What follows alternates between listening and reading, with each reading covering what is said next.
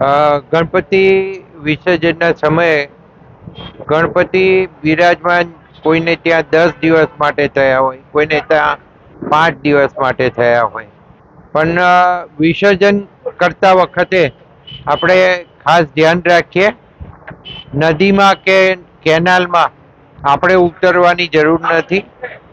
વ્યવસ્થા fire brigade municipality તરફથી કરવામાં આવી હશે તો ગણપતિ આપણે એમને આપીને એનું વિસર્જન થાય એવું આપણે કરવાનું રહેશે.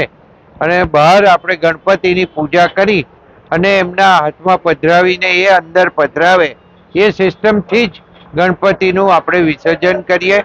તમને ખબર છે કે હમણાં જ બે છોકરાઓ શેરડી નદીમાં ગણપતિ વિસર્જન કરવા જતા ડૂબી ગયા છે. તો આ બનાવ ફરીથી ના બને એના માટેની આપણે સૌ ખાસ કાળજી રાખીએ અને જે સિસ્ટમ બનાવી છે એ સિસ્ટમને ફોલો કરીએ.